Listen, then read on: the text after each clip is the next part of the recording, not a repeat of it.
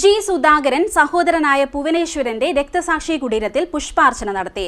ഭാര്യ ജൂബിലി നവപ്രഭ, മകൻ നവനീത് സുധാകരൻ, ഭാര്യ ലക്ഷ്മി നവനീത് എന്നിവർക്കൊപ്പം വൈകിട്ട് 3 മണിയോടെയാണ് അദ്ദേഹം എത്തിയത്.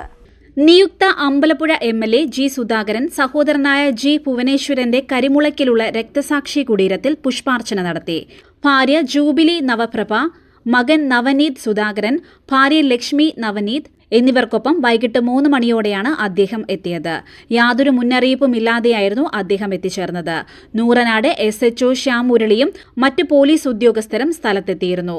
പുഷ്പാർച്ചന നടത്തി പെട്ടെന്ന് തന്നെ അദ്ദേഹം മടങ്ങി. തൊട്ടടുത്തായി താമസിക്കുന്ന സഹോദരൻ ജി മധുസൂദരൻ നായരുടെ വീട്ടിലും വേടരപ്ലാവിലെ കുടുംബ വീട്ടിലും അദ്ദേഹം കയറിയിരുന്നു.